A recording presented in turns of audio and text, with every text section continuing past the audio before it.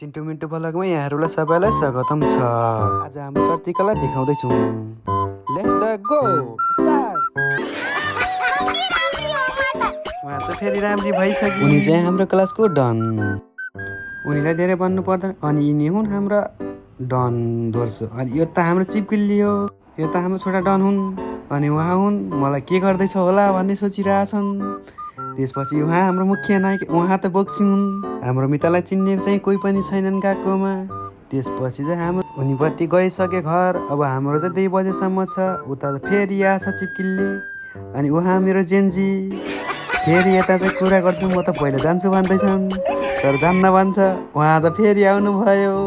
यस्तै गर्दाखेरि हाम्रो फेरि मैले भात खाएँ कि नै भनेर सोचिरहेछन् हाम्रो प्यारे। उहाँ त हाम्रो क्युट बोय हुन्। उहाँ हाम्रो यता चाहिँ सौजी सुरु भइसक्यो। फेरि पनि यो मान्छे यता देखियो। यसलाई चिन्ने रहेछ।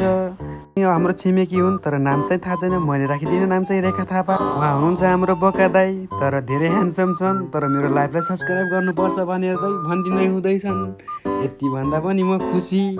त्यसपछि चाहिँ अब हामी लाग्यौँ अर्को ट्याफे दाई हाम्रो आलु दाई। त्यही पनि ठिक। उहाँ चाहिँ हिजो मद्दत गर्ने बिल्ला गर्ने मान्छे हो तर आज लजा छ। हाम्रो चाहिँ टुक्कुली सेन्चे हो उहाँ चाहिँ। यति भन्दा चिन्टु मिन्टु ब्लग यति नै छ।